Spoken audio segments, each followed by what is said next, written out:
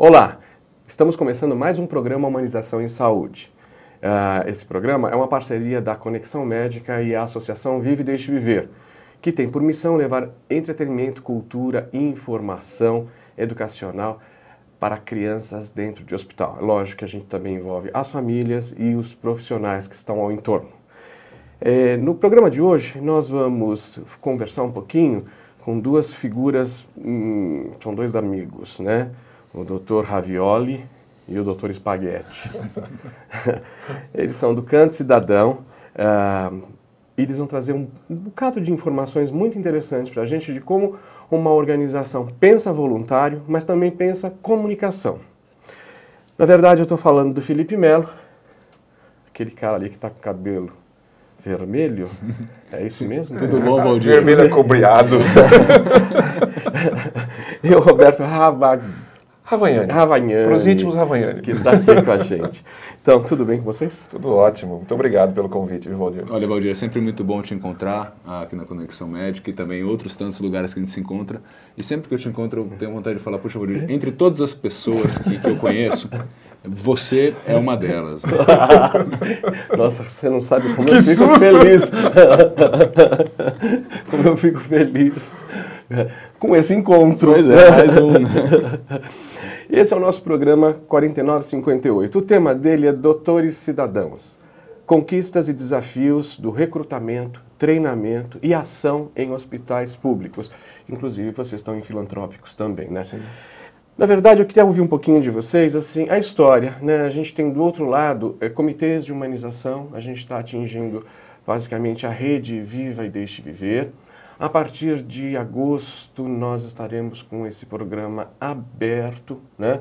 E se o Canto de Cidadão se interessar, a gente pode colocar um ponto ali também para as pessoas poderem receber. A ideia é que essa informação vaze não só para os hospitais que atuamos e para a rede da Conexão Médica, mas também para os sujeitos que produzem saúde. Né? O sujeito, quem é o sujeito? São todos que estão dentro do hospital, né? Isso, e fora também, né? Fora também. São todos nós. Então, eu queria entender um pouquinho como nasce, de onde vem a ideia, como ela é construída e a fase das transformações. Aí eu vou cutucando, né? Legal. Mas como é que nasce o Canto? 2-1. Vamos lá, para o ímpar, né? 2 não funciona. Não vai funcionar em 2, né? Então, assim, vamos começar Começa. por ordem dos mais jovens, né? Pode começar o senhor. Engraçadinho. Bom, Valdir, o nosso trabalho, nós nos encontramos, na verdade, cursando a formação de radialista, e os dois já tinham uma história dentro da área do voluntariado, cada um na sua cidade. E Que cidades? O Felipe é de Cuiabá. Eu sou de Cuiabá, no Mato Grosso, é lá mesmo. E eu vim para São Paulo. Eu vim para São Paulo para fazer o ensino superior. Então eu fiz a SPM por conta do desejo de comunicação, né? E na época era barato, dava para pagar. Então assim, o Roberto... Como as coisas mudaram, dava para pagar com o salário de estagiário, né? Não, o mundo está muito interessante. O Corinthians está aí na frente da Libertadores, né? Assim, os bancos estão diminuindo os juros, né? O Roberto veio de Lins, né? Eu vim de Lins, na verdade, Ilha Solteira, divisa com Mato Grosso do Sul, depois Lins. Também vim para trabalhar em São Paulo, estudar. Então, já tinha um envolvimento com a área social, fazendo trabalhos voluntários já. Então, desde muito jovem, já fazia, desde o escotismo, na verdade, eu já pensava em trabalho voluntário. E quando nos conhecemos, nós pensamos, como você falou na apresentação, da questão da comunicação, nós pensávamos em usar aquela formação de comunicador para algo, não só para o entretenimento, ou seja, não só para anunciar, desanunciar música, que é bacana, é importante, mas não só para isso. A gente pensava em usar isso de uma forma muito mais eficaz. E foi daí que pensamos em criar um programa de rádio para falar sobre voluntariado, sobre ações de cidadania e sobre organizações sociais. Isso nós estamos falando que ano? 2001. Eu acho que a gente imaginar que a partir de 96, com o movimento do ethos, toda uma preocupação das empresas, ou do tema terceiro setor, né, entrar em voga, é muito engraçado que esse tema, terceiro setor não se falava, né? Aí de repente fala, vamos criar espaços para falar sobre o terceiro setor. A coluna de sei que... Como se fosse um assunto à parte de qualquer outra coisa, né? Ele é um assunto que ele tem uma transversalidade, ele choca e atravessa todos os passos que a gente dá. Então era essa a nossa ideia. Aí o programa de rádio aconteceu, colocamos numa rádio AM, uma parceria com a Rádio Boa Nova, onde estamos até hoje. É um programa que já completou 10 anos, de uma forma ininterrupta no ar, falando de cidadania, voluntariado, saúde, estilo de vida e por aí vai. E aí isso trouxe uma série de oportunidades.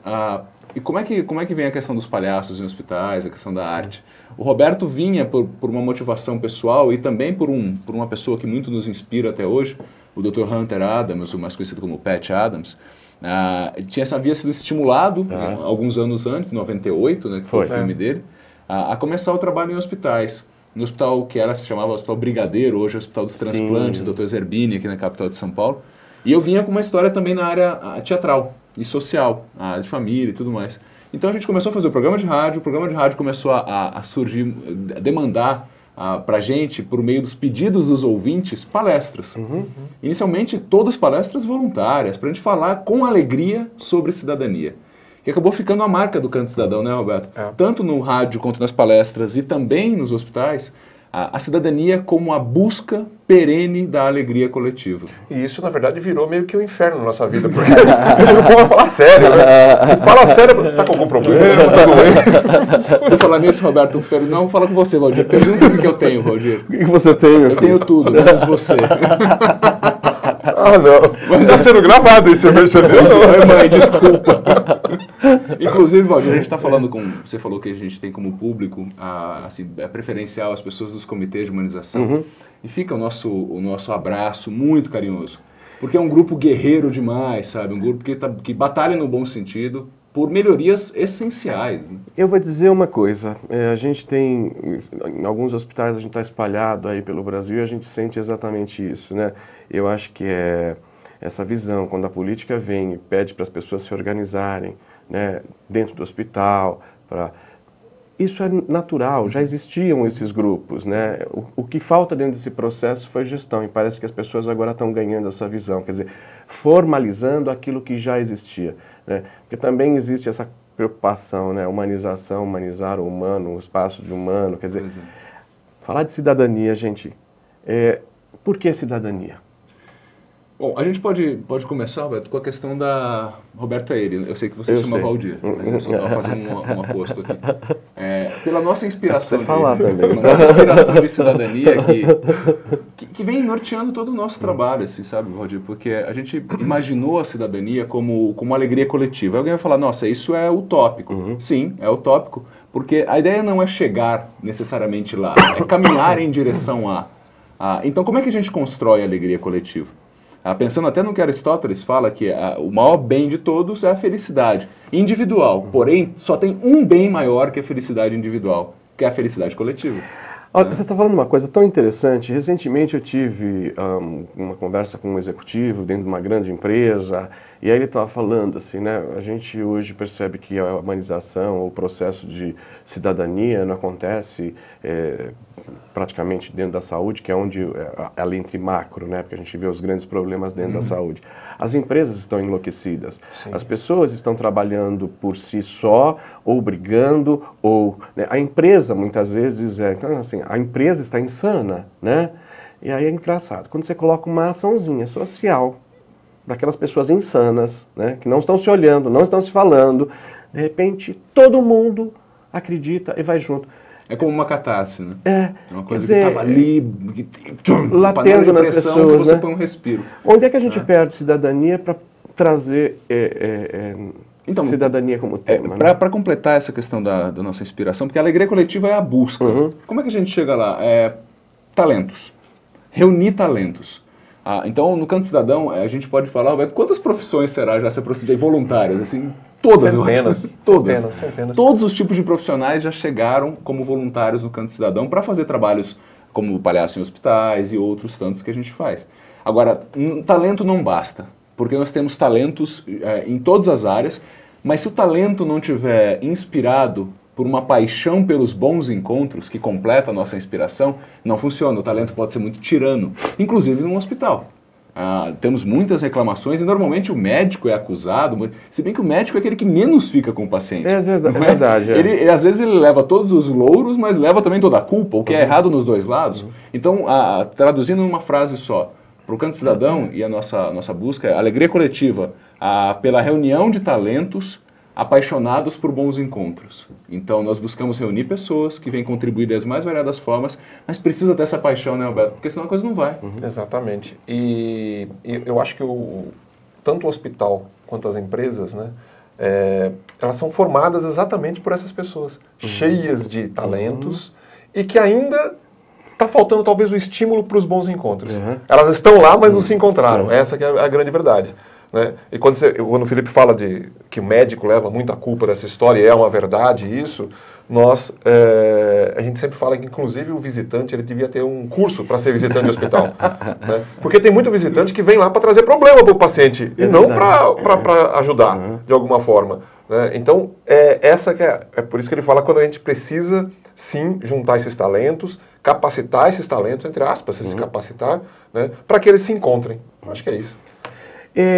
Quando a gente pensa exatamente na trajetória de vocês, então, em algum momento, como é que, de repente, entra o processo do clown, do voluntário? Olha, e mais especificamente, quer dizer, quando nós estávamos conversando lá fora um pouquinho, né, e vocês têm uma visão interessantíssima, né? Em algum momento a gente olha em estatísticas, a criança é a mais desejada, e vocês partiram por um outro processo, quer dizer, era aquela carência que inclusive no Viva as pessoas às vezes, por que a gente não pode? Pode, a gente não impede, né? Mas o nosso foco principal é a criança e o adolescente. Tanto é que nós criamos alguns grupos que viraram os ouvidores de história, para poder atuar com o idoso, né? Sim. Então assim, é menor, né? Porque a gente acaba focando mesmo a criança. Mas vocês deram um salto quântico, vocês efetivamente olharam para um outro lado que as pessoas não estavam vendo.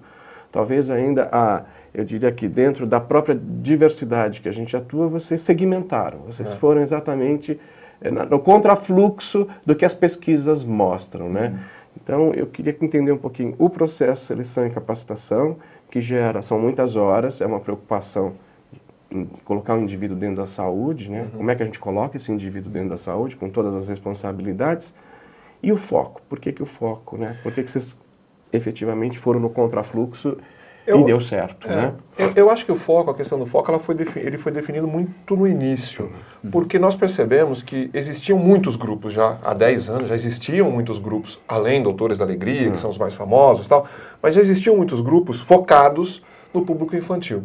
Felizmente, isso não é nenhum demérito, mas quando nós entrávamos no hospital, em muitos momentos nós tínhamos que praticamente tirar senha para trabalhar com a criança. A gente brigava por uma criança. Dá uma criança para mim, por favor. Por favor, deixa eu brincar com ela. A criança falava, eu quero o contador de histórias. Gente, eu vou te dizer uma coisa. Você está colocando uma coisa tão interessante. Porque, de fato, em algum momento da história do Viva, o próprio hospital que não se organizava com as atividades voluntárias que ele tinha, assim, corria o risco de você estar atuando e, como eu falei, entrar um palhaço Olha, o seu tempo já acabou. No filme Quanto Vale o É por Quilo, tem uma cena muito extraordinária, né? Que é aquela coisa do dar a sopa, né? Para a população carente na rua. E aí chega uma Kombi, a senhora ali encosta, né? E a outra já está dando a sopa. Aí ela entra, sai daqui! Esses daqui são meus! Esses pobres são meus! Nossa Senhora, né? Mas foi nesse sentido mesmo, e daí a ideia foi, puxa, será que a gente pode oferecer para um outro público dentro do hospital? Foi alguma coisa quase que instintiva, assim. Vamos tentar? Porque tem muita essa... Eu creio que isso está no cerne da questão também, que transcende as paredes de uma casa de saúde e que invade a sociedade, que o processo de adulteração do adulto. A gente deixa de ser criança e parece que a gente tem que ganhar uma embocadura, assim, toda uma carapaça, porque agora a vida é séria. É muito diferente, sério e irresponsável, sabe? Não tem nada a ver uma coisa com a outra. Seriedade não é sinônimo de tristeza, mas tristeza é sinônimo de problema. Então a gente foi nessa linha, puxa, vamos invadir as áreas dos adultos e idosos? E funcionou bem. Foi muito bem recebido, porque não existiam até então trabalhos de forma continuada para o adulto e idoso. Né? E esse adulto se envolve o profissional de saúde, que cá entre nós, ele está tão ou mais doente do que os pacientes. Menos as pessoas que estão assistindo a gente. Não, mas é óbvio, porque eles estão vivendo aquela situação da saúde diariamente, certo? Então, quando nós começamos a dar atenção para esse público, muita gente olhou para a gente e falou, vocês são loucos, adulto não gosta de palhaço. Não vão gostar, vão achar que você está invadindo o espaço deles, está fazendo chacota da doença. E o que a gente percebeu é que a recusa pelo trabalho, hoje, a gente diria que, a gente pode dizer com certeza que é mínima, é menos de 1% de recusa. O treinamento tem a ver com isso que a gente vai falar depois dos comerciais. Não tem comercial, eu acho. Mas você sabe que, terminando aqui com essa questão, imagino que a gente tem mais tempo para falar disso. Eu queria de novo dizer ao profissional da saúde, eu tenho uma suspeita que todo profissional da saúde é corintiano. E eu vou explicar. Você sabe por quê? Como que você vai botar futebol nessa história, cara? Tem tudo a ver, porque corintiano, assim, o pessoal fala, aqui tem um bando de louco. E os profissionais da saúde são loucos, maravilhosos, que escolhem uma profissão eu não chamaria profissão, eu chamaria missão. É uma missão. É uma vocação, é algo que transcende o cotidiano das relações profissionais. Né? Felipe, a gente percebe isso, mas ao mesmo tempo existe hoje um crescente número de universidades, de faculdades, de bibocas que vão disponibilizando um monte de pessoas, muitas vezes inadequadas, né? Assim, talvez essa seja a grande preocupação maior da gente olhar que humanização, ou tema, ou conteúdo, ou falar das humanidades, você citou Aristóteles, a gente pode citar todos os outros, e se a gente for pegar lá Platão, Paideia, onde as pessoas se reuniam, né, os mais velhos com os mais jovens para trocar ideias, para fortalecer, tudo isso, né, de uma certa forma, mostra que a gente perdeu dentro da formação do profissional da saúde. Então nós temos uma pessoa mais técnica, mais operacional, uma pessoa tecnológica, e isso, no fundo, faz um pouco a gente pensar e até solicitar para o profissional, dá para você me dar seu currículo Lattes, por favor, para eu saber exatamente quem é que vai cuidar da minha vida? Se a anamnese hoje está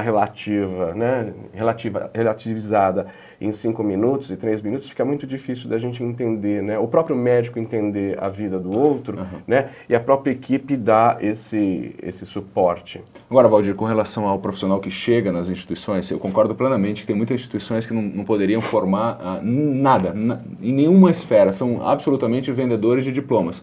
Mas quando esse jovem profissional ou adulto profissional chega numa instituição, depende também em que instituição ela chega. Porque a gente às vezes coloca a culpa na formação universitária e esquece de olhar para lá, para o terreno no qual ele chega. Porque se ele chega num local onde tem a prática da humanização, onde tem um respeito irrefutável com o paciente, acompanhante e tudo mais, ou ele é expelido, ou ele aprende o que é ser profissional da saúde na prática.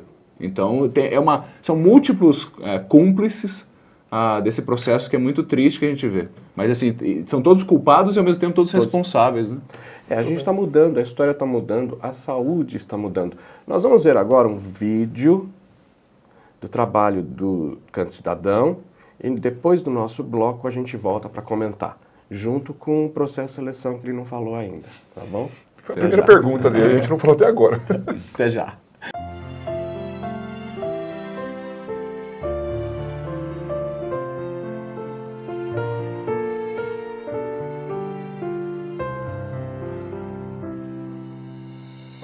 Se o mundo fosse todo mais azul, se os cabelos fossem laranja e lilás, o mundo seria mais lindo e você capaz de acreditar que o riso não morreu, o melhor palhaço ainda não nasceu. E o mundo da fantasia seria real, brincando toda a alegria lá no meu quintal.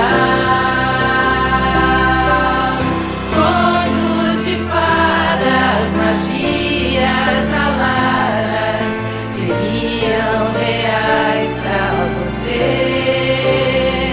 Laçariam arco-íris na lua, espalhando na rua cores do amanhecer.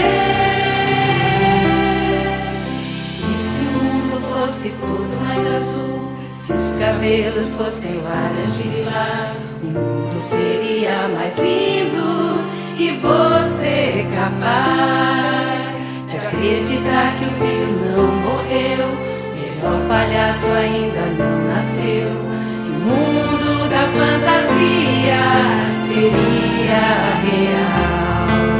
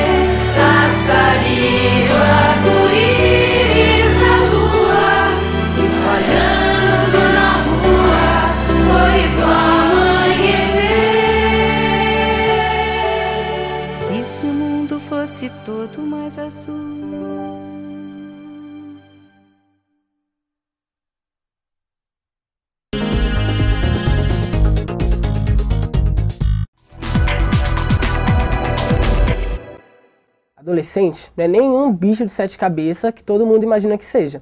Se juntássemos um grupo de adolescentes, com médicos, enfermeiros, agentes de saúde, acho que seria bem divertido, porque é para tirar dúvidas, grilos, porque com comunicação você vai a cada lugar que não é inacreditável, sabe? Tipo, comunicação acho que na adolescência é tudo.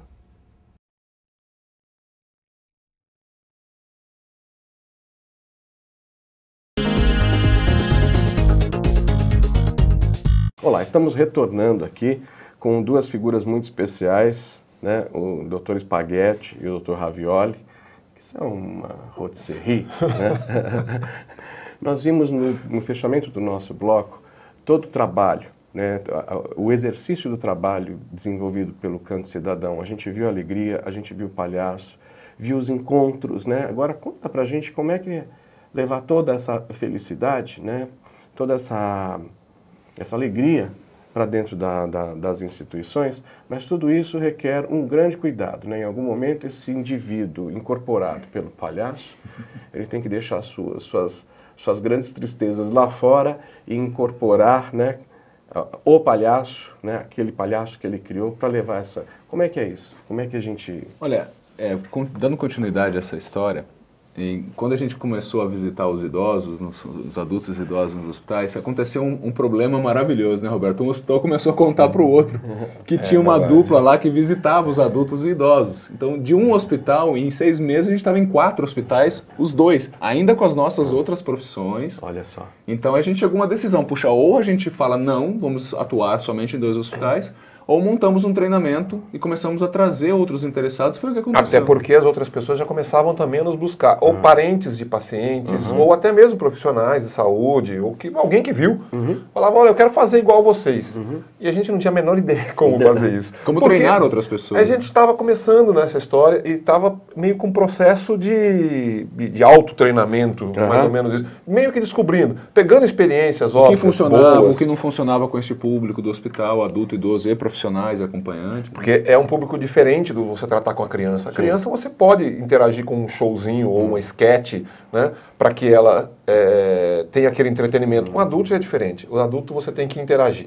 Ele não gosta de ficar simplesmente, tá bom, vendo 2 palhaços se apresentar. E a chave para o atendimento dos doutores cidadãos, acho que a gente não precisa nem falar do nome do grupo, né? Você vê, Canto Cidadão, doutores cidadãos. A cidadania está muito forte, porque para a gente, de novo, não basta fazer a alegria dentro do hospital. É um desperdício quando um voluntário nosso, ele vai com a malinha dele pronta, ele é um carrasco no trânsito, ele é um carrasco no ônibus, com a família, então aí chega no hospital ele vira um Pat Adams, sabe? Tá errado isso pra gente. Então a gente começou a treinar, montamos um embrião de um treinamento muito básico ainda. Isso nós estamos falando, Valdir, isso 34 turmas atrás. Olha. Estamos na 34ª turma de treinamentos. São treinamentos que começaram muito embrionários, não funcionaram muito bem na primeira e segunda turmas. O processo de treinamento, vocês fazem mais de uma vez por ano? Sim. 2 vezes por ano. Ele foi mudando ao longo do tempo. Né? A gente não sentou sobre um trono, que é isso e acabou. Mas no começo era mais uma oficina, um workshop e começamos a atuar. Mas o volume de interessados começou a ser gigantesco. E com um detalhe, Valdir, nós nunca colocamos em nenhum tipo de mídia, nem no nosso site, precisamos de voluntários. Nunca. De repente a gente tinha 100, 200, 300, 400, 500 pessoas querendo ser voluntárias. E um ponto que a gente... E até muita gente fala, nossa, vocês estão perdendo tempo treinando um voluntário durante 120 horas, antes dele ir atuar sozinho no hospital. Mas a gente nunca abriu mão desse treinamento em respeito ao hospital e em respeito ao próprio voluntário, que pode se colocar em grandes ciladas lá dentro se ele não souber o que fazer, ou o que deixar de fazer. Essa é a maior preocupação, acho que não só de vocês, da gente, por isso que o processo de seleção é longo, o nosso é longo, né? Porque vamos trabalhar com a tolerância, com a vontade, começa com 700, termina com 100 e a gente percebe. O que mais me deixa, às vezes, preocupado é que um processo desse peneira muito, né? E trabalha, eu acho que a própria autoeliminação. Eu não preciso dizer que o indivíduo não serve, né? É assim como é que vocês... Nosso processo seletivo, no início, lá nos idos 1800 quando o Valdir andava de calça curta. Né, o que acontecia? Nós fazíamos uma prova, sempre de um vestibular. uma prova, alugava um salãozão, lotava lá de pessoas e quem fosse melhor na prova. O importante é que não era uma prova que testava o QI da pessoa, era conhecimentos gerais. Okay. E a pessoa fazia uma dissertação, deixava bem claro, não estamos procurando Machado de Assis, a gente não quer saber se você escreve lindamente, a gente quer que você conte pra gente por que, neste momento da sua vida, se encontra a oportunidade do voluntariado. E daí de lá pra cá, nós fomos percebendo que essas pessoas, muitas escreviam bem, tinham umas histórias maravilhosas, tinham bom conhecimento, mas não tinham o que era mais importante no voluntariado para nós, que era o engajamento real nessa história e a responsabilidade. Esse músculo está atrofiado. Foi por isso que nós mudamos o sistema de recrutamento. O que muitas vezes nós recebemos críticas com isso. Aonde já se viu ter seleção para voluntário? Né? Eu tô querendo doar. Eu tô querendo doar, você não quer receber? Exatamente. Se a gente quisesse ser cabotino, sabe? Eu quero fazer número, hoje a gente teria 10 mil voluntários. Sem dúvida. Treinando no final de semana, sabe? Vamos lá, galera, palhacinho, vamos na 25 de março comprar uma fantasia e bora pro hospital, né? Então foi Teria daí 10 mil hoje, mas com que qualidade? Foi aí que nós criamos, então, o caminho do protagonista. Que hoje, antes dessa pessoa entrar num treinamento, ela tem que cumprir 12 tarefas, certo? E essas 12 tarefas muito ligadas à questão da cidadania. Por exemplo, alguns exemplos. Eu ia quais exemplos? Muito bem, por favor. Vamos voltar agora vamos voltar. O caminho do protagonista. O primeiro exemplo, por favor. Muito obrigado. É o seguinte, primeiro deles tem que doar sangue. A pessoa tem que se tornar um doador de sangue e tem que levar mais 5 amigos para doar sangue. Se ele não puder doar sangue... Eu ia perguntar isso. Claro, 6 pessoas. Muitas restrições. E aí tem gente que já começa assim, mas eu avisei minha família toda. A família tem 8 pessoas, ela avisou as 8. Não é isso que a gente quer, a gente quer resgatar a ponte da comunicação. Fala para todo mundo no seu Facebook. Fala para todo mundo na sua empresa. Fala para 1000 pessoas que 5 você consegue. É porque a pessoa fala no Facebook, vou para Bertioga. Aí todo mundo vai. Todo mundo vai. Agora não fala que vai doar sangue. Curtir. Tá faltando alguns botões no Facebook. Falta um F aqui. Às vezes faz falta. Então a pessoa, mas por que ela não fala que vai doar sangue? Convida a galera para ir doar sangue. Então, ou seja, essa é uma causa. A outra que é muito... como eu disse no interior, dificultosa para os voluntários, porque nós não aprendemos isso sem generalizações, mas é quase uma generalização, a gente não aprende isso na escola formal, que ou seja, relacionamento com os representantes públicos. A gente pede para o candidato a voluntário pesquisar o que o vereador, deputado estadual, federal e senador, que ele votou, que foi eleito, ou o partido em que ele votou, escolhe um candidato eleito e faz um relatório pra gente do que eles fizeram nos últimos 12 meses. Uau, isso é muito legal. Primeiro que as pessoas não sabem por onde começar, Valdir. Ou seja, elas assinaram um cheque em branco para um representante, vereador, municipal, estadual, federal, e depois não acompanham onde foi essa grana. Isso é que eu coloco assim, eu tenho um grande amigo, Humberto Dantas, que ele trabalha no Voto Consciente, e ele assim, é um jovem que dá uma palestra professor Humberto Dantas, que envolve mesmo os jovens, né? E ele coloca com grande propriedade, quer dizer, nós hoje empoderamos e não cobramos. Não cobramos, temos o que merecemos. Sem dúvida, é isso, sem dúvida. Nossa, essa ação é muito interessante, porque... E as pessoas não sabem como começar, e a gente tem que colocar na cartilha o site da Câmara Municipal, porque as pessoas não sabem que tem um site. Não sabe que tem uma ouvidoria. A outra é a reclamação. Uma reclamação ou um elogio, se for o caso, para a ouvidoria do seu município. Vai saber que existe uma ouvidoria. Porque assim, e a pessoa tem que acompanhar o caso. Por processo, exemplo, a minha rua é escura. A pessoa reclama da prefeitura a vida inteira. Mas você já ligou para pedir para avisar? Porque são milhares e milhares de ruas numa cidade como São Paulo. Então o indivíduo candidato a voluntário tem que ligar, pega o protocolo e acompanha até resolver. Agora, uma dica para quem está vendo, assim, se você reclama uma vez, pode ser que demore muito. Espalhe para os seus amigos ligarem com o mesmo protocolo para você. Eles resolvem rapidinho. E é engraçado que hoje a gente vê alguns programas como Pânico, CQC, né, todos os programas populares, né, trazem de uma certa forma sempre uma... E parece que a população espera que a mídia faça isso, né? Quando ela tem o poder... Se a gente imaginar hoje, né, foi feita a pesquisa recentemente, mostrou que praticamente nós temos a internet aí vazando e entrando em comunidades tão carentes e tão necessitadas. Eu acho que é um movimento necessário mesmo de ensinar as pessoas.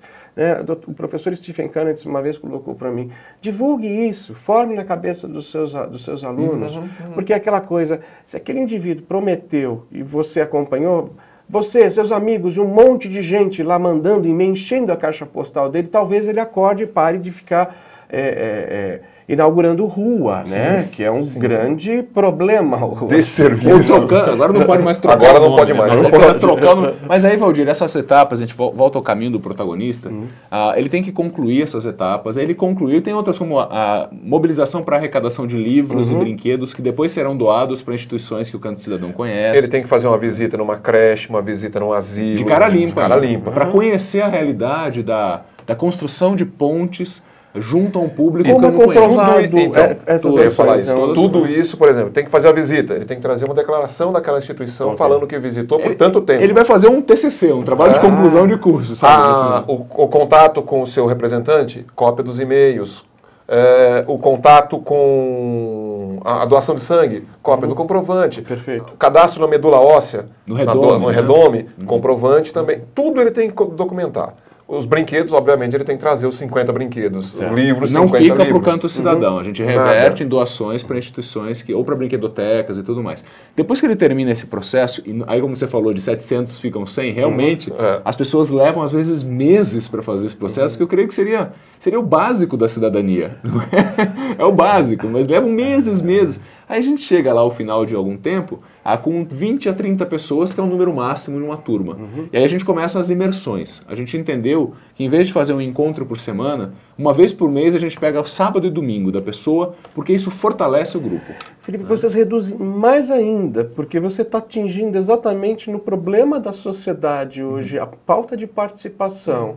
Quer dizer, se 700 vêm, né? Se vocês estão fazendo isso e o indivíduo leva um tempo, quer dizer, com certeza a gente vai pegar um público consciente, e é tão interessante quando você tem consciência, que é o que a gente brinca no Viva, né? Consciência, comprometimento e constância, os 3 Cs. Quando você ganha consciência, o comprometimento é um passo sem dúvida, muito mais fácil. É um filho natural ser, né? mesmo. Né? E ser constante é quando você, de fato, vê a transformação. Quer dizer, você está apostando, você está investindo. E acho que muito mais do que a gente imagina que o nosso voluntário ainda no Brasil tem um ranço assistencialista, a gente começa a abrir um espectro muito maior para essa população que, de fato, olha para o outro, né, coloca isso como uma missão na sua vida, ele começa a influenciar outras pessoas, né? E o próprio caminho do protagonista, a gente busca compilar essas informações, ele por si só já é um trabalho social, porque são centenas e centenas e centenas de doações de sangue,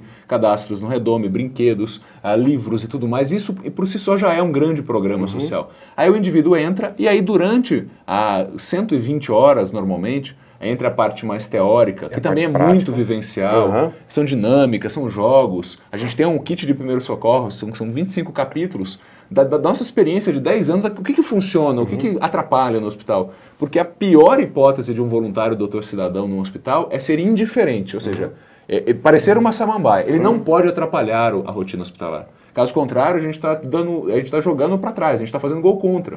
A gente se propõe a ajudar o hospital e vai lá e atrapalha. Então, ao longo dessas 120 horas, né, Roberto, tanto dentro da nossa sede, quanto em espaços públicos, quanto nos hospitais, que eles vão fazer um estágio monitorado durante muitas horas, acompanhado de um voluntário mais experiente, antes dele começar a ter uma rotina individual de visita. Exatamente. Hoje o nosso voluntário ele tem uma média de visita, depois da formação, a cada 15 dias, 3 horas a cada 15 dias. A cada 15 dias. Alguém vai falar, mas é pouco, né? Mas só que nós vivemos numa cidade que ela mas não é... Mas quando você junta todas essas 3 horas, né? Milhares de horas. E também nós temos que nos lembrar que nós vivemos numa cidade que não favorece, né? São Paulo não é uma coisa que fala assim, não, tá bom, eu vou ali. Não dá. Hoje, quantos hospitais fazem parte da rede? Então, nós temos hoje, assim, com atuações regulares, a gente está com 25 hospitais. 25 hospitais. A gente já chegou até mais... Só que aí a gente está fazendo, a gente está dando aquela famosa mergulhar mais fundo para depois saltar mais alto. Eu acho assim, né? Porque a desistência acontece muito, uma rotatividade do voluntariado, mesmo com todo esse treinamento. É muito interessante porque a gente também está vivendo, depois de 15 anos, está vivendo exatamente esse reolhar e falar assim, o que é quantidade ou qualidade? Como é que é isso? Porque às vezes, o que a gente sente, eu não sei se é a mesma coisa, acho que vale... Às vezes você tem um gestor naquele hospital que é o cara, ou a mulher, né, que faz acontecer, está no espírito dela. Mas às vezes a gente pega um gestor que efetivamente até fala assim, olha, a brinquedoteca está fechada porque as crianças quebram todos os brinquedos, você vai deixar aberta, né? Deixa trancada, vai que ela quebra um brinquedo. Vai que ela quebra um brinquedo. Vai que ela pega um livro e suja. Vai, já pensou? Aí a gente fica... Vocês sentem isso também? Bastante, Valdir. E outro problema muito sério na gestão pública da saúde e também da educação e da segurança. A segurança até menos, porque quando a gente pega a segurança tem uma hierarquia mais explícita, né?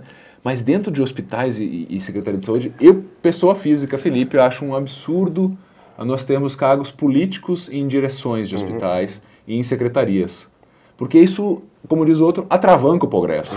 Você está lá com um projeto acontecendo, de repente entra um outro com ideias brilhantes da cabeça dele e acaba ou empatando o que já está acontecendo ou parando. Mas isso não é um problema, eu sinto. A gente tem um reflexo muito forte dessa falta de continuidade. Sim.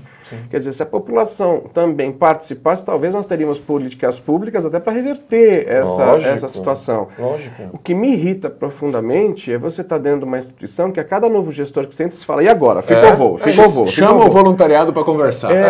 E aí você fala, puxa vida, quer dizer, não, estamos mudando o nome agora você vai ter que mudar o seu avental, agora... Quer dizer, aí entra dentro de um espectro que você fala, espera aí, e os meus 10 anos aqui dentro? E os meus 8 anos? Quer dizer, agora a gente pega e joga tudo isso? Isso a gente vê claramente dentro da política, talvez até mais fortemente dentro da política, porque cada partido que entra, e mesmo na gestão daquele partido, você tem mudanças e muitas vezes nessas mudanças a cada ano, né, é uma outra história. Mas a gente vê também isso no primeiro setor, no segundo setor. Né? Os CEOs, quando mudam também o projeto social, era uma vez. Isso não faz parte daquilo que eu acredito. Mas é porque está fora da cultura do povo brasileiro, né, Valdir? Está fora da cultura do povo brasileiro se falar sobre trabalho social, se falar sobre voluntariado, está fora da cultura. Nós não aprendemos. Você citou a paideia. A paideia é um processo helênico, arcaico, de formação de homens, obras de arte, éticos e criadores. Esse é o objetivo maior da paideia.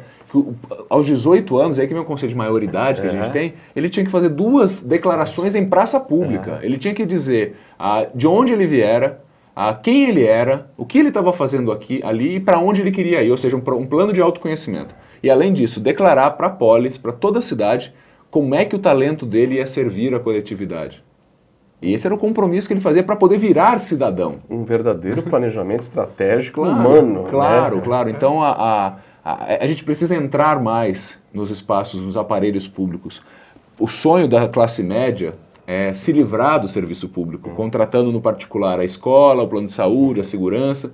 Enquanto mais a gente tiver esse pensamento, mais a gente vai pagar dobrado, porque a gente paga 40 e tantos % de impostos na carga tributária brasileira em geral, e ainda contrata tudo no particular. Não me parece muito inteligente. Além do dano social que a gente inflige a quem não consegue pagar no particular.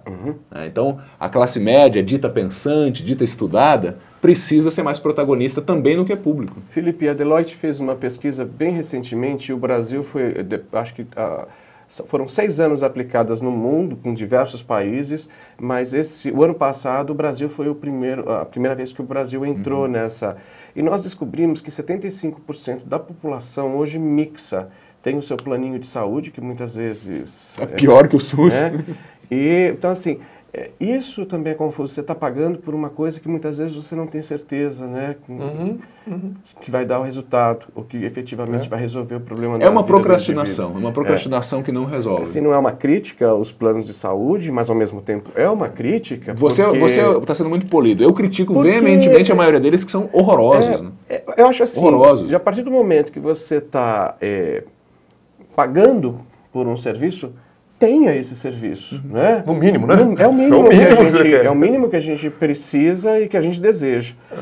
Eu vou fechar esse bloco com um comercial de 30 segundos que mostra, que promove o Canto Cidadão. O nosso programa é o 4958, Doutor Cidadãos, Conquistas e Desafios do Recrutamento, Treinamento e Ação em Hospitais Públicos. O nosso e-mail é pergunta@conexãomedica.com.br ou pelo 0800 888 1212. A gente já volta já já.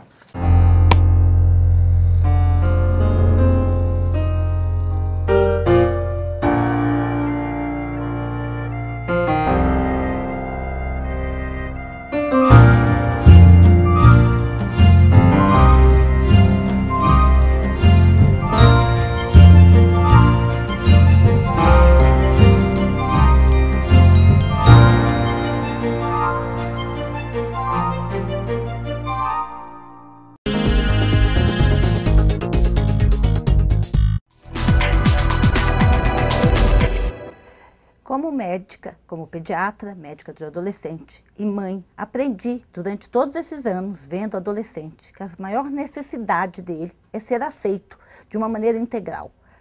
Aceito com suas dúvidas a respeito de corpo, de sexualidade, de profissão, de saúde. A dúvida de ser aceito de uma maneira integral.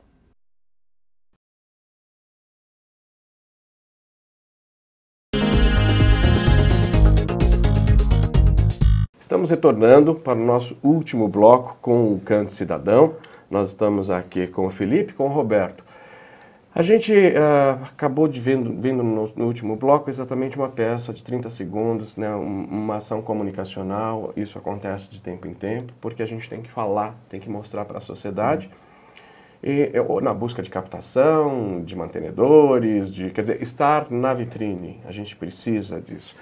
Eu queria entender como é que isso acontece com vocês. Tem uma área de mídia, tem uma área de relações públicas, vocês são usados. Como é que isso acontece, né? E qual a dificuldade? Porque acho que é muito importante a gente ver que hoje a mídia traz os temas, mas a gente percebe que ainda os temas precisavam ser mais explorados, ou ganhar mais tempo dentro desse espaço, já que a gente já traz esse vício, né? De que parece que a informação triste, o sangue, vende, né? E as boas notícias, como é que ficam? Então nós temos ali algumas soluções para essa questão da sustentabilidade da organização, que elas foram sendo construídas ao longo do tempo. Então a gente não tem uma única via de manutenção dos programas sociais, da ampliação dos mesmos, mas a gente tem um que a gente pode chamar de carro-chefe, né, Alberto? Que a gente acredita, a gente vem falando muito isso, que organizações sociais que realmente acreditam no que fazem e não estão ali aproveitando aquilo que você comentou no primeiro bloco, de tentando disputar a tapa, a pobreza alheia, a gente acredita que essas organizações têm muita história para contar e tem muito conhecimento para compartilhar. Então a gente criou uma linha de eventos, foi criando ao longo do tempo, até por meio das palestras que inicialmente, e hoje a gente, a maioria delas... as primeiras coisas, né? Sim, mas a maioria delas são voluntárias ainda, então, mas a gente começou a oferecer para empresas, em vez de ir lá pedir dinheiro diretamente, a gente falou, poxa, eu posso fazer uma palestra aí? Aí você, como contrapartida, paga um cachê. Eu tenho um produto. E com esse recurso a gente mantém os trabalhos. Então a gente vem conseguindo isso, felizmente a gente vem dialogando com muitas organizações no Brasil inteiro, além das palestras que falam de cidadania também, de voluntariado, mas de desenvolvimento humano, de relacionamento interpessoal, criatividade, bom humor, resiliência, ética. A gente também vem prestando assessorias em empresas e até em hospitais, né? Para responsabilidade social, para a criação de grupos de voluntariado corporativo, em eventos também, onde exista a figura da ação social nesses eventos. Então nós temos nos especializado nisso e, felizmente, hoje é a nossa principal fonte de captação de recursos. Isso a prestação de serviço. Isso é muito difícil porque faz com que a gente se desdobre em atender os programas sociais, administrá-los e aumentá-los e também de captar. Mas só que nós ficamos, entre aspas, livres, Valdir, de uma pressão. Né? De uma pressão, porque nós não temos nenhum grande patrocinador. Nós não temos exclusivo um patrocinador. Nós não dependemos de dinheiro público. Isso é um desejo nosso, inclusive, desde a criação do Canto Cidadão, de que nós não queríamos ficar mendigando para governo, nenhum tipo. Até porque, como nós estamos quase que exclusivamente em hospitais públicos, em escolas públicas, talvez, não é uma afirmação isso, mas pode acontecer quando você aumenta a voz da crítica, porque o Canto Cidadão critica também o hospital, porque afinal nós somos donos do hospital. Todo o foco em cima de cidadania, claro. O erro que a gente vê, se a gente não criticar, não seríamos omissos. E se eu sou, digamos assim, se eu sou patrocinado pelo governo e eu aumento às vezes o tom da minha crítica, sempre construtiva, mas apontando o dedo às vezes e propondo coisas. Podemos escutar, falar, poxa, mas e aí, como é que fica? Nós que damos o dinheiro e vocês estão criticando a gente. Então, não quer dizer que isso aconteça sempre. Tem convênios maravilhosos com prefeitura, Estado, a União, tudo, mas a gente preferiu ter essa autonomia. E assim a gente vem também cumprindo um outro papel, sabe, Valdir? Que é um papel que o Viva Deixe Viver faz bastante também, de dialogar com o segundo setor e também com o primeiro. Quando a gente vai numa organização privada, como uma grande multinacional, e a gente ajuda a estruturar um programa de voluntariado corporativo, ali está se plantando cidadania também. Porque você está sensibilizando, você está preparando e você está acompanhando na ação pessoas que nunca tinham feito voluntariado. Então é mais um foco que justifica esse contato com a empresa. Você está falando daquilo que nós comentamos no segundo bloco, que está faltando no brasileiro, que é a cultura do voluntariado. Ou seja, nós estamos fomentando essa cultura. Recentemente, a pesquisa do Ibope, 10 anos de análise, a gente percebeu, olha que interessante, né? Se a gente fizer uma analogia, ou pelo menos pensando isso como projeções, nós saímos de 23 milhões de brasileiros para 35 milhões de brasileiros. Mas como... Que fazem voluntariado. Que fazem voluntariado. Quer dizer, nós somos 200 milhões de brasileiros, então nós somos poucos ainda. Mas se a gente levar em consideração que a classe D talvez a que mais precise do voluntariado e que tenha menos tempo para agir no voluntariado, então a gente tem aí um recorte também que minimiza e mostra que esse número, enfim, um crescimento de 7% é importante. Mas quando você vai a fundo, então são 35 milhões de brasileiros, aí você faz o recorte, quem faz sempre e quem faz de vez em quando, então você tem ali 49% faz de vez em quando, né, não faz compromissado. E aí você tem os 51% que faz compromissado. Se você olhar para 10 anos atrás, então você tem consolidado, né? Então nós estamos descobrindo isso. E o grande barato é quando você pega uma empresa do segundo setor que dá a possibilidade de dialogar. Né? Porque tem aquelas que assim, treina o nosso pessoal aí, ó. Você tem que dar um monte de voluntário, hein? A gente quer todo mundo voluntário. Quero né? números. A gente esquece desse comportamento. E aí dentro da empresa, quando você provoca o indivíduo, tem que ser pontual. Porque você não pode exigir que o indivíduo vá a cada 15 dias ou uma vez por semana, porque ele está ali sob a égide da empresa e a empresa muitas vezes pega e fala, não, filho, agora não dá para você fazer o seu trabalho voluntário não, tá? Você Vem tem aqui que que a gente tem que atingir você tem meta. fazer, nós temos que atingir meta. Então, a gente vive um conflito muito grande. Desde 98, a gente trabalha e pensa a hora, né?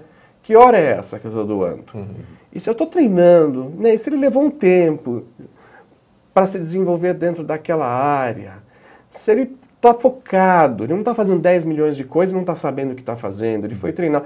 Se ele provocou uma mudança, se a criança saiu mais cedo, se o idoso ficou mais feliz, se houve aderência por causa de toda essa ação lúdica existente, por que não valorar?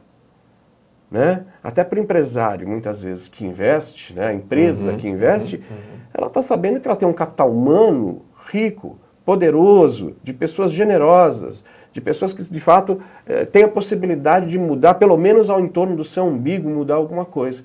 Então, a gente ainda vive um antagonismo dessa coisa do assistencialismo e o profissionalismo. E é até bacana quando você fala da valoração, né, Valdir? Até para, certamente você deve ter abordado isso outras vezes, às vezes, nossa, mas vocês querem cobrar pelo voluntariado? Não é nada Não, nada disso. disso. É compreender quanto custaria se eu tivesse que pagar. E a gente aquilo consegue, ali, né? inclusive, salvaguardar aquele chavão. Não tem custo, não tem preço, né? Parodiando, não tem preço exatamente, né? Como a Madre Teresa de Calcutá, quando ele fala, olha, não faço isso que a senhora faz por dinheiro nenhum. Ela falou, eu também não. Também não. Né? Então, assim, quando você valora, Felipe, é tão extraordinário porque você percebe até que aquilo que a empresa está investindo em você é uma coisa muito pequena, perto do resultado extraordinário. Até em termos de dessas recursos pessoas. humanos. Exatamente. O dia que as áreas de RH descobrirem o quanto isso é potente... Fala mesmo que a gente pode disparar depois desse um monte de Você que está vendo a gente agora. Você que é da área de RH de qualquer empresa, micro, pequena, grande empresa, Não perca mais tempo. contrate os serviços para que você possa treinar os seus colaboradores para a área da responsabilidade social e do voluntariado corporativo. Contrate já, neste site. Ainda não. Mas falando sério, isso, a gente está falando muito com o pessoal dentro de hospitais. Às vezes a gente dialoga com pessoas cujos hospitais ainda não têm um plano de ação, de voluntariado, porque acha que é uma ponte impossível de se construir com a comunidade. Não, o voluntário vai me dar um trabalho. Voluntário dá trabalho, sim, mas o que ele entrega depois compensa bastante. Então fica sempre essa mensagem de vamos conversar sobre como fazer mais e melhor. Né? Mas é a grande parceria, é o fortalecimento da imagem. A gente tem que lembrar que marcas são feitas por pessoas, né? E se você não trata bem essas pessoas, até se a gente parar um pouquinho para pensar, a empresa que faz lá o indivíduo, esse indivíduo muitas vezes, por esse estresse, ele vai ficar doente e ele vai impactar dentro do processo da própria corporação. Quando ele for olhar lá, o departamento de RH, quando for olhar lá o quanto as pessoas estão utilizando o serviço de saúde, né, é mais fácil você ter um antídoto como preparar essas pessoas para a vida, preparar essas pessoas para serem cidadãs, preparar essas pessoas primeiro para cuidar da saúde. As pessoas não cuidam. Aqui a gente se automedica, isso é louco. Se você entendeu? olhar, a gente acredita que ninguém pode dar o que não tem por muito tempo com qualidade. Inclusive quando você fala de cuidado, parte do estilo de vida do indivíduo mesmo. Então é um dos temas que a gente aborda muito. Como eu sei que nosso tempo deve estar quase terminando, Valdir, a gente queria só comentar também de outros programas sociais que a gente faz. Acho que é muito importante. Para reconhecer a galera, os voluntários todos que estão envolvidos, né? E mostrar esses tentáculos que, de fato, vocês souberam com grande sapiência desenvolver pela própria necessidade do mercado. Claro, né? então dentro do próprio hospital, às vezes fala, puxa, e dos voluntários que chegam, fala, puxa, adoraria participar do Canto Cidadão, mas eu não vou com a coisa do palhaço, sabe? Eu não consigo, não é meu momento de palhaço. Então a gente criou outras formas, né, Roberto? Hoje a gente tem o teatro, a gente tem um grupo de teatro, uma Arte em Todo Canto, que leva peças teatrais para hospitais públicos e filantrópicos também. São voluntários, são treinados por nós. A peça que está em cartaz agora em 2012 chama-se Voa e Canta a Amizade, porque a gente está falando da amizade dentro da sociedade. Então é uma linguagem que atende todos os públicos, desde criança até idoso, profissionais, acompanhantes. É uma peça de 30 minutos que acontece em qualquer local do hospital, que tem uma mínima capacidade de reunir pessoas. Perfeito. Temos também um grupo de coral, um coral animado, um coral divertido. Está no primeiro grupo agora, está em formação esse grupo, ainda não começou as apresentações, mas está em formação, que também vai para hospitais, vai para asilos, para levar não só a música, mas levar a interação, a animação, a brincadeira também. Não vão usar a figura do palhaço também. Certo. Dentro do Canto Cidadão a gente tem ainda cursos gratuitos de idiomas voltados para jovens e jovens adultos de condição socioeconômica desfavorável, tem um corte de socioeconômico da renda familiar. Nós temos também cursos de informática. E tem uma parte que é bem interessante que mostra muito a potência da reunião de pessoas. Nós temos um flanco de trabalho que é a ação, a arrecadação e doação. Então, um exemplo, numa grande feira do setor supermercadista, em uma única noite, após, claro, toda uma preparação com os expositores da feira, que doariam os produtos que lá estavam expostos, com a presença de mais de 400 voluntários, numa única noite, nós arrecadamos e doamos para 16 ONGs da Grande São Paulo 24,5 toneladas de alimentos e produtos de higiene e limpeza. Então, em uma única noite, nós transformamos o trabalho de mais de 400 voluntários numa economia de recursos para 16 ONGs, e algumas falam, Canto Cidadão, a gente vai ficar 4 meses sem fazer compra por conta dessa doação. Quase 2 toneladas por ONG. Então, isso é a força de uma noite de trabalho voluntário, sabe? Você imagina você multiplicando isso por milhões. E é tão interessante quando você vê, né, essa ação extremamente organizada. Os números são gigantescos, né? Eu queria que vocês falassem também um pouquinho do trabalho junto à revista Filantropia, quer dizer, em algum momento vocês também colocam as suas críticas, né, em artigos. Como é que isso... Sim. Nós temos duas parcerias com a Zeppelini, né? O Márcio Zeppelini, grande palmeirense. Mas lá a gente escreve Acabou de perder a amizade. A gente escreve há 10 anos na revista Filantropia, artigos, assim, não teve uma edição que nós tivemos lá. O bimestre que vem vai estar tudo arriscado nesse artigo, depois dessa. Falando exatamente com um tom, às vezes, crítico, mas unindo a questão... Então, vamos falar com metáforas, com analogias, um texto mais agradável possível, mas tecendo críticas. E também tem a Diálogo Social, que é uma empresa que faz eventos, treinamentos na área do terceiro setor, principalmente, que a gente oferece treinamentos na área de gestão do voluntariado, dentro dos hospitais e fora, um pouco na área de comunicação, do desenvolvimento humano, e a gente busca escrever artigos também, espalhar nas redes sociais, que saem em outros veículos de mídia impressa. A gente também tem um programa de rádio, que a gente chama Canto Cidadão, na Rádio Boa Nova. Todos os dias, entre 6h20 e meia-noite, entra no horário. Brincadeira, entre 6h20 da tarde. Entra no jornalismo da tarde, é um horário importante da rádio, sabe? É todo de segunda a sexta, na AM 1450. A gente entra com um bloco de 5 a 8 minutos para falar de cidadania e invariavelmente a gente apresenta outras ONGs. Porque esse é o papel fundamental do Canto Cidadão. É não ser um fim em si mesmo. é ser uma ponte. Uma ponte, porque daí a gente volta, e eu vou concluindo minhas digressões por aqui, Valdir. O Martin Buber, que é um grande pensador também, israelense, ele fala que o tu funda o eu. Quando a gente estabelece a relação, o eu acontece. Então a comunicação é fundamental para a relação. Né? Isso é tão extraordinário. Outro dia eu estava conversando com o Wellington Nogueira e ele trouxe também essa visão, né? Quando em algum momento o próprio profissional enxergava aquela criança ou aquele como uma doença, como uma coisa, né? A partir do momento que ele começa a enxergar o outro, como uma criança, ele enxerga a criança dele. Como um idoso, ele enxerga a própria visão, né? Eu acho que a gente está precisando desse olhar.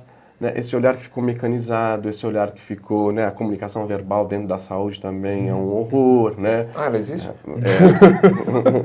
Vamos lá. Pede desculpa. Desculpa, gente, foi mal. Mas é aquilo, né? Às vezes eu tô sem paciência, bicho. Não vem me perguntar pela segunda vez aquilo que eu já te falei. Mas você vê... Se você não entendeu, o problema é seu. É uma frase que não cabe, Valdir. Ela é um oxímoro. Oxímoro é uma figura de linguagem muito estranha. Vocês procurando no Google. Porque você vê dentro de um hospital falar que você não tem paciência num local que só tem pacientes. Então você vê que não... Coitado dos pacientes, né? Oxímoro é que tem que ter paciência. Exato. Então é quando uma parte da oração contradiz a outra. Né? Então fica aqui o nosso abraço. Não, aqui é nosso abraço, tem mais 4 minutos. Mas é porque minha mãe está chamando.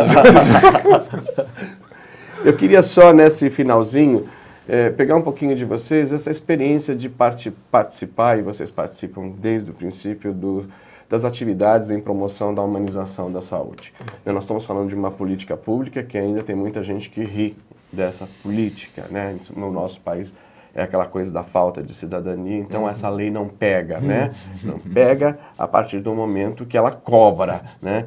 E os hospitais, de uma certa forma, se organizaram e a partir dessa política eles têm que se organizar e têm que produzir indicadores porque isso vai representar futuramente um investimento, uma melhoria, né? Quer dizer, é um balizador. Como é que vocês veem isso e como é que vocês veem a participação de vocês também no movimento Viva a Humanização que a gente tem trabalhado aí há alguns anos, né?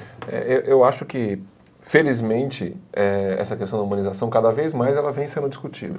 Né? E vem se aumentando esse processo de discussão e aumentando a gama de profissionais que estão discutindo isso. Porque antes eu acho que estava muito restrita a uma pequena parcela dessa comunidade da saúde.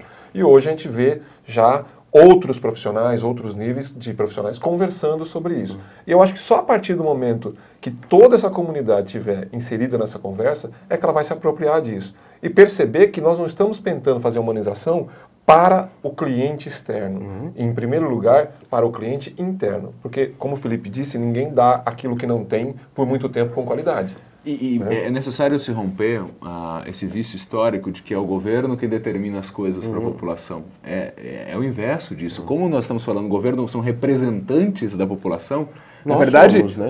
a grande boca do funil é a sociedade, o governo é o que pinga dali. Então, a discussão sobre humanização deve cada vez mais invadir o governo a partir da sociedade civil. E aí o governo vai responder representando esse desejo, essa ânsia, essas propostas, traduzir em ações como políticas públicas. É por isso, né, Felipe, que eu acho que é fundamental essa discussão mais ampla, Valdir, porque daí as pessoas vão se apropriar disso. E vai ser muito difícil, fóruns que o Viva organiza, e a gente tem a alegria de dá participar. Essa abertura. A realização dos fóruns para dialogar com quem faz a saúde de verdade, e depois trazer num grande evento, encontro e compartilhamento de ideias é fantástico. E a partir do momento dessa apropriação, fica muito difícil uma nova gestão falar assim, não vou continuar, ou não vou querer mais, vamos mudar. Tem toda uma força de sociedade, tem toda uma...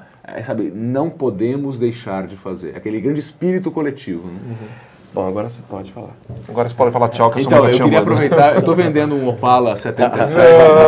Não é isso. Eu queria agradecer, Valdir, mais uma vez a oportunidade. Obrigado, e deixar o site, talvez apareça na tela, não sei. Por favor. Vocês usam aquele negócio assim? Usamos, pode chamar. www.cantocidadão.org.br. A gente também está nas redes sociais, é sempre muito bom, é um espaço de troca de ideias também. Né, senhor Roberto? Muito obrigado, Valdir. Obrigado, Roberto. Você foi ótimo. Você foi também muito bem. Bom. É ele que eu... Obrigado, Valdir. Você é sensacional. Obrigado, Valdir. Pessoal, quero agradecer a presença do Felipe, do Roberto aqui com a gente, do Canto Cidadão. Entre no site e colabore também aqui com a gente. Né? Nós estamos no 0800 888 1212. Mande suas melhores práticas para a gente discutir. Mande sugestões que a gente traz e divulga aqui dentro do programa. Ou pelo e-mail pergunta@conexãomedica.com.br. Até o nosso próximo programa. Muito obrigado.